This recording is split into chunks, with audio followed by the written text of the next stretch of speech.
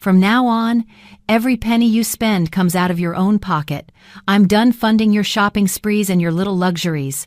You've been bleeding me dry for 38 years, and it stops today." My husband Walter stood in the kitchen doorway, arms crossed, chin lifted, looking at me like I was some kind of thief he'd just caught red-handed. I was holding a bag of groceries: bread, milk, eggs, vegetables for dinner. The grand total was $47.63.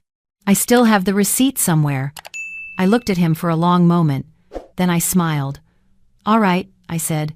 "If that's what you want, you should have seen his face." He'd expected tears, arguments, maybe a thrown dish or two. That's how it usually went in his imagination, I suppose. But I just agreed.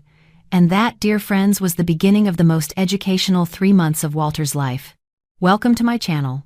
I share new life stories here every day, and I would truly appreciate it if you hit subscribe and gave this video a like. Now let's continue with the story. I'm sure you'll find it worth your time until the very end. My name is Ruth. I'm 63 years old, and until that moment in March, I had been married to Walter for 38 years. We met in college. He was studying accounting. I was getting my teaching degree. He was charming back then, funny, attentive. He used to bring me flowers every Friday, just because. We got married right after graduation. I taught 3rd grade for 32 years before retiring. He worked at a financial consulting firm, crunching numbers, making projections, feeling very important. We raised 2 children. Our son Brian lives in Seattle with his wife and 2 kids. Our daughter Patricia is in Denver, single, focused on her career as a pediatrician. Good kids. They turned out well despite everything. When did things change? I couldn't tell you exactly.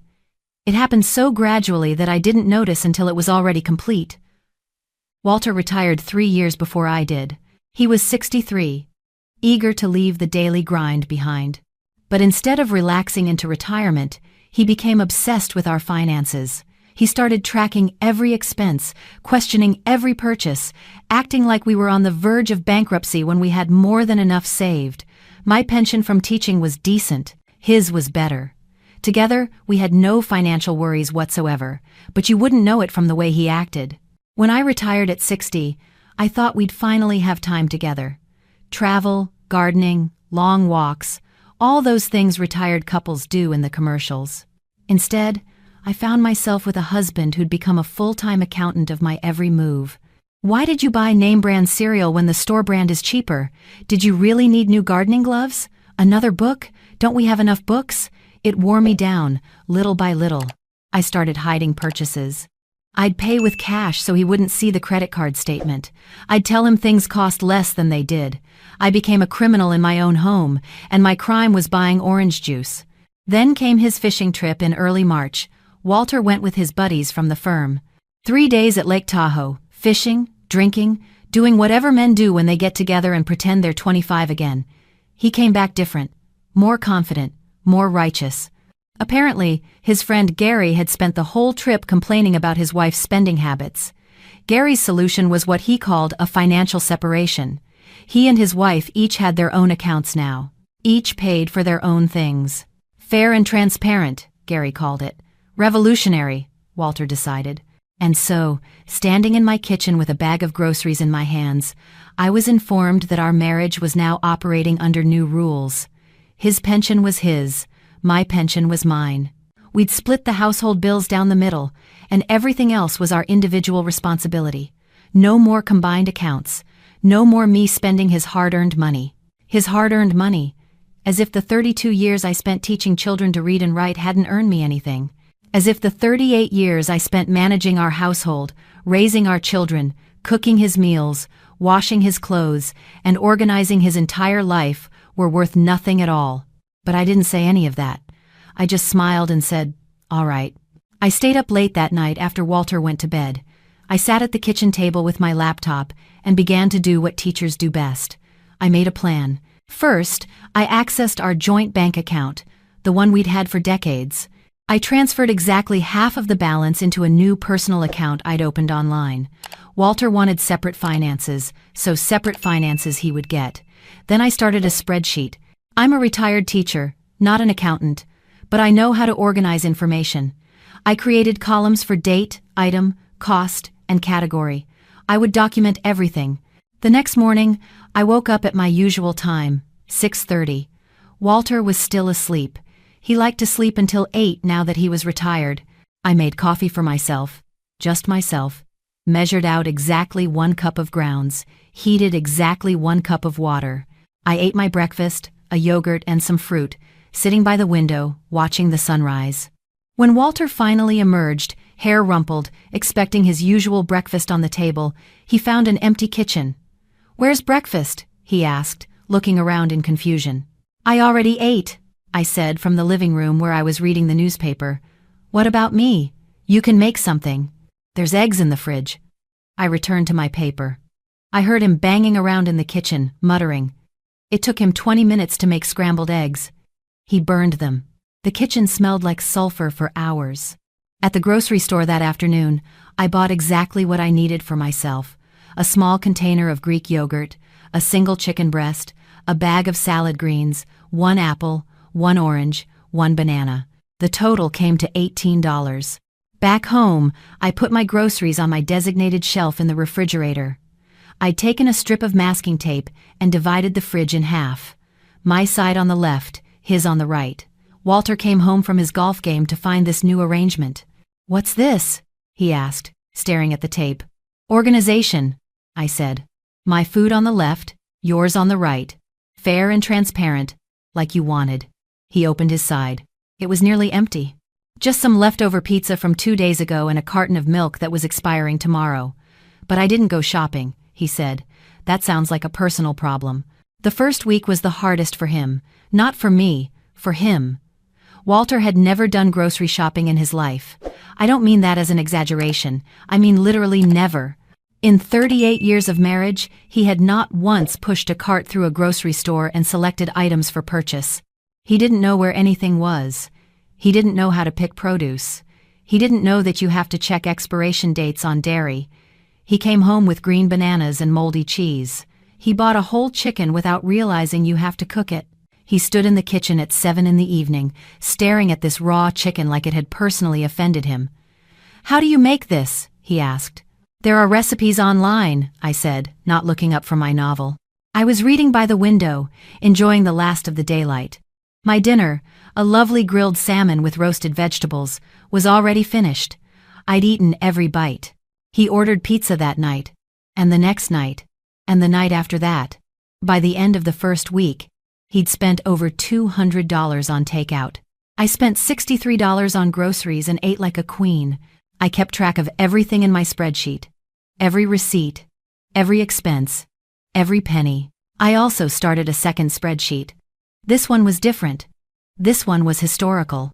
I spent 3 nights going through old bank statements, credit card bills, and receipts I'd kept in shoeboxes in the basement. I'm a bit of a pack rat. I save things. Walter always made fun of me for it. "Why do you keep all this junk?" he'd say. "Well, Walter, this is why. I documented everything I'd spent on our household for the past 10 years. Groceries, utilities, which I always paid because Walter forgot once and we had our power shut off. Christmas gifts for his side of the family, birthday presents for his mother, anniversary dinners, new curtains for the living room, repairs for the washing machine, the new refrigerator when the old one died, his golf club membership. Yes, I'd been paying for that too. He'd asked me to handle it 5 years ago because he was too busy, and I just kept handling it ever since. The numbers grew. By the end of my research, I had a total that made my eyes water.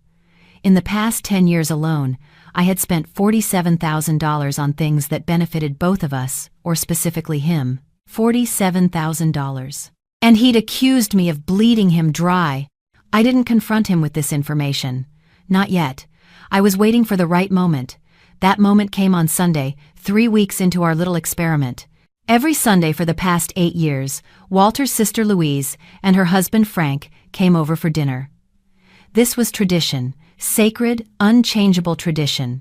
I would spend all day Saturday shopping and preparing. I'd wake up early Sunday morning to finish cooking. Roast beef, because that's what Frank likes. Mashed potatoes, homemade, not from a box, because Louise comments if they're from a box. Green beans with almonds. Fresh bread rolls. Apple pie for dessert because that's Walter's favorite.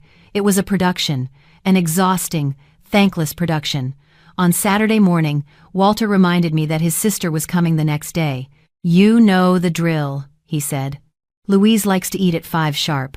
I was sitting at my desk, working on a crossword puzzle. I didn't look up. "I'm not cooking," I said. "What do you mean you're not cooking?" "Louise and Frank are coming." "Yes, I heard you. Your sister and her husband are coming. So you should probably figure out what to feed them." Walter's face went through several colors, red, purple, then a strange grayish white. "Ruth, be reasonable. I am being reasonable. We have separate finances now. Your family, your expense, your guests, your responsibility. But you always cook for them. I used to cook for them. With my money, my time, my effort. Now I don't." He stood there, mouth opening and closing like a fish pulled from water. I returned to my crossword puzzle. 17 across. A 7-letter word for satisfaction. I filled in revenge, but that didn't fit. The answer was content. Sunday arrived. Walter had gone to the store on Saturday evening, his first solo trip. He was gone for 3 hours. 3 hours. He came back with 4 bags of groceries and a look of shell-shocked exhaustion. "How do you do this every week?" he asked. "Do what?" "This. Shopping. Finding things. There are so many choices, so many aisles. It's chaos in there." I just smiled. At 5 o'clock sharp, Louise and Frank arrived. Louise was already frowning when she walked through the door. She can smell when something isn't right. It's her superpower. "Where's the roast beef?" she asked, sniffing the air. "I don't smell roast beef." "We're having something different today," Walter said. He'd set the table with deli meat, pre-made coleslaw from a plastic container, rolls from a bag, and store-bought apple pie that was slightly crushed on one side. Louise stared at the table like it was a crime scene. "What is this?" "Dinner," Walter said weakly. Louise turned to me. I was sitting in the living room, reading my book, not participating. "Ruth? What's going on?" "I didn't cook today," I said pleasantly. Walter wanted to handle it. Walter wanted to. Louise looked at her brother with an expression I can only describe as bewildered disgust. "Walter, you can't even boil water. What on earth possessed you to let Ruth stop cooking?" And then Walter, bless his heart, told her everything. The financial separation, the split expenses, the fair and transparent system, Gary's brilliant idea, all of it. He told her while I sat there, listening, occasionally turning a page in my book. When he finished, there was silence. Then, Louise started laughing. Not a kind laugh. A sharp, bitter laugh that cut through the room like a blade. "Let me understand this," she said slowly. "You told Ruth, who has managed your entire household for nearly 4 decades, who raised your children while you worked late every night, who has cooked and cleaned and organized and planned every aspect of your domestic life, you told her she was bleeding you dry?" "I didn't say it like that," Walter mumbled. "How did you say it, exactly?" Walter didn't answer. "That's what I thought." Louise picked up her purse. "Frank, we're leaving." "But the pie," Frank said, eyeing the slightly crushed dessert. "We'll stop at a diner on the way home. I'm not eating this." She walked to where I was sitting and kissed my cheek. "Good for you, Ruth. It's about time." Then she turned to Walter. "You have no idea what you've had all these years. None whatsoever. Call me when you've apologized properly." They left. The door closed with a definitive click. Walter stood in the dining room, surrounded by his sad deli meat and plastic containers, looking like a man who'd just watched his entire world collapse. That night, I showed him the spreadsheet. We sat at the kitchen table, my laptop between us, and I walked him through 10 years of expenses. I didn't raise my voice. I didn't accuse. I just presented the facts. $47,000. That's what I'd spent on our shared life and on things specifically for him. And that was just what I could document with receipts. The real number was probably higher. "I had no idea," he said quietly. "I know you didn't. But why didn't you tell me?" I closed the laptop. "Because I shouldn't have had to. You should have noticed. You should have seen what I was doing, what I was contributing. Instead, you saw me buying a bag of groceries and decided I was a drain on your resources." He was silent for a long time. Then he said, "What can I do? How can I fix this?" "I don't know if you can." That was the honest answer. 3 weeks of revelation couldn't undo 38 years of being taken for granted. I wasn't sure anything could. The next few weeks were strange. Walter tried. He genuinely tried. He cooked dinner twice, badly, but he tried. He did laundry for the first time in his life and turned all his white shirts pink by mixing them with a red towel. He vacuumed the living room and somehow broke the vacuum. He was like a child learning to walk, stumbling and falling and getting back up again. I watched without helping. It wasn't cruelty, it was education. One evening, about 2 months into our arrangement, our son Brian called. We were on speakerphone, both of us in the living room. He asked how we were doing. Casual small talk, and Walter made the mistake of mentioning our new financial system. Brian went quiet.